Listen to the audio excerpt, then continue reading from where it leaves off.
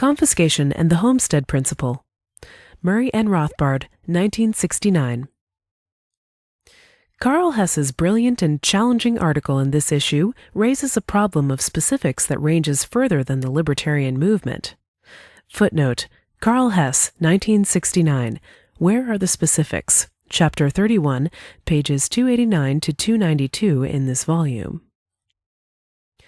For example, there must be hundreds of thousands of professional anti-communists in this country, yet not one of these gentry, in the course of their fulminations, has come up with a specific plan for decommunization. Suppose, for example, that Messrs. Brezhnev and Company became converted to the principles of a free society. Then they ask our anti-communists, all right, how do we go about desocializing? What could our anti-communists offer them? This question has essentially been answered by the exciting development of Tito's Yugoslavia. Beginning in 1952, Yugoslavia has been desocializing at a remarkable rate. The principle the Yugoslavs have used is the libertarian homesteading one, the state-owned factories to the workers that work in them.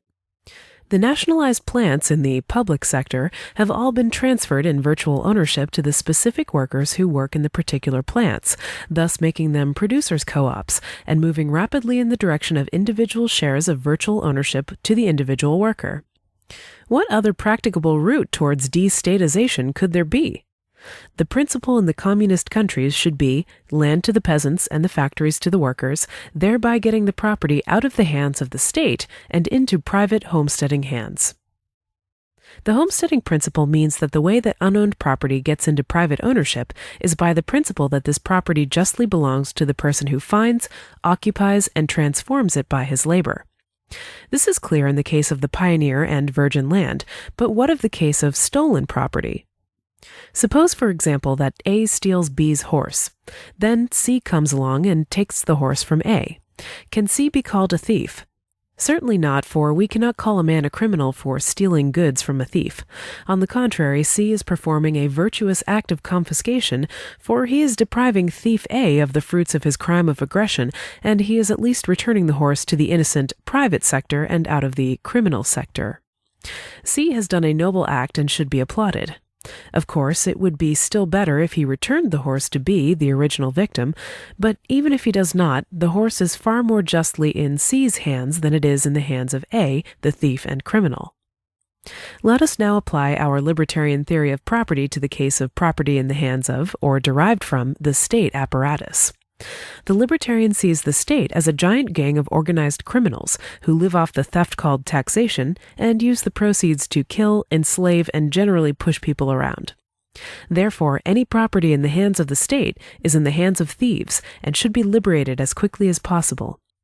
Any person or group who liberates such property, who confiscates or appropriates it from the state, is performing a virtuous act and a signal service to the cause of liberty.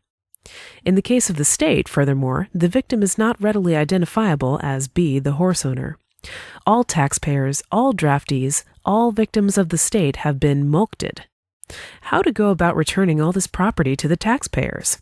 What proportions should be used in this terrific tangle of robbery and injustice that we all have suffered at the hands of the state?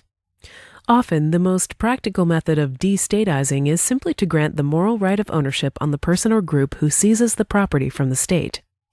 Of this group, the most morally deserving are the ones who are already using the property, but who have no moral complicity in the state's act of aggression. These people then become the homesteaders of the stolen property, and hence the rightful owners. Take, for example, state universities. This is property built on funds stolen from the taxpayers. Since the state has not found or put into effect a way of returning ownership of this property to the tax-paying public, the proper owners of this university are the homesteaders, those who have already been using and therefore mixing their labor with the facilities. The prime consideration is to deprive the thief, in this case the state, as quickly as possible of the ownership and control of its ill-gotten gains, to return the property to the innocent private sector.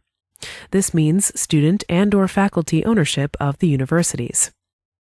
As between the two groups, the students have a prior claim, for the students have been paying at least some amount to support the university, whereas the faculty suffer from the moral taint of living off state funds and thereby becoming to some extent a part of the state apparatus. The same principle applies to nominally private property, which really comes from the state as a result of zealous lobbying on behalf of the recipient. Columbia University, for example, which receives nearly 2/3 of its income from government, is only a private college in the most ironic sense. It deserves a similar fate of virtuous homesteading confiscation. But if Columbia University, what of General Dynamics? What of the myriad of corporations which are integral parts of the military-industrial complex, which not only get over half or sometimes virtually all their revenue from the government, but also participate in mass murder? What are their credentials to private property? Surely less than zero. As eager lobbyists for these contracts and subsidies, as co-founders of the Garrison State, they deserve confiscation and reversion of their property to the genuine private sector as rapidly as possible. To say that their private property must be respected is to say that the property stolen by the horse thief and the murdered, must be respected. But how then do we go about destatizing the entire mass of government property as well as the private property of General Dynamics? All this needs detailed thought and inquiry on the part of libertarians. One method would be to turn over ownership to the homesteading workers in the particular plants, another to turn over pro rata ownership to the individual taxpayers. But we must face the fact that it might prove the most practical route to first nationalize the property as a prelude to redistribution. Thus, how could the ownership of General Dynamics be transferred to the deserving taxpayers without first being nationalized en route? And furthermore, even if the government should decide to nationalize General Dynamics, without compensation of course, per se and not as a prelude to redistribution to the taxpayers, this is not immoral or something to be combated. For it would only mean that one gang of thieves, the government, would be confiscating property from another previously cooperating gang, the corporation that has lived off of the government. I do not often agree with John Kenneth Galbraith, but his recent suggestion to nationalize businesses which get more than 75% of their revenue from the government or from the military has considerable merit. Certainly it does not mean aggression against private property, and furthermore, we could expect a considerable diminution of zeal from the military-industrial complex if much of the profits were taken out of war and plunder. And besides, it would make the American military machine less efficient, being governmental, and that is surely all to the good. But why stop at 75%? 50% seems to be a reasonable cutoff point on whether an organization is largely public or largely private. And there is another consideration. Dow Chemical, for example, has been heavily criticized for making napalm for the U.S. military machine. The percentage of its sales coming from napalm is undoubtedly small, so that on a percentage basis the company may not seem very guilty, but napalm is and can only be an instrument of mass murder, and therefore Dow Chemical is heavily up to its neck in being an accessory and hence a co-partner in the mass murder in Vietnam. No percentage of sales, however small, can absolve its guilt. This brings us to Carl's point about slaves. One of the tragic aspects of the emancipation of the serfs in Russia in 1861 was that while the serfs gained their personal freedom, the land, their means of production and of life, their land was retained under the ownership of their feudal masters. The land should have gone to the serfs themselves, for under the homestead principle they had tilled the land and deserved its title. Furthermore, the serfs were entitled to a host of reparations from their masters for the centuries of oppression and exploitation. The fact that the land remained in the hands of the lords paved the way inexorably for the Bolshevik Revolution, since the revolution that had freed the serfs remained unfinished. The same is true of the abolition of slavery in the United States. The slaves gained their freedom, it is true, but the land, the plantations that they had tilled and therefore deserved to own under the homestead principle, remained in the hands of their former masters.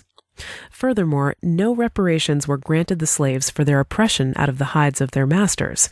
Hence, the abolition of slavery remains unfinished, and the seeds of a new revolt have remained to intensify to the present day.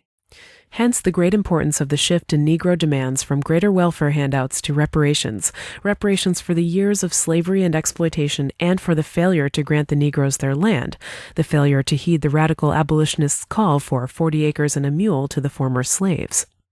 In many cases, moreover, the old plantations and the heirs and descendants of the former slaves can be identified, and the reparations can become highly specific indeed. Alan Milchman, in the days when he was a brilliant young libertarian activist, first pointed out that libertarians had misled themselves by making their main dichotomy government versus private, with the former bad and the latter good. Government, he pointed out, is after all not a mystical entity, but a group of individuals, private individuals if you will, acting in the manner of an organized criminal gang. But this means that there may also be private criminals as well as people directly affiliated with the government.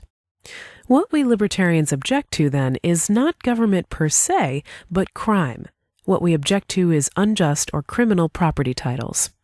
What we are for is not private property per se, but just innocent, non-criminal private property. It is justice versus injustice, innocence versus criminality that must be our major libertarian focus.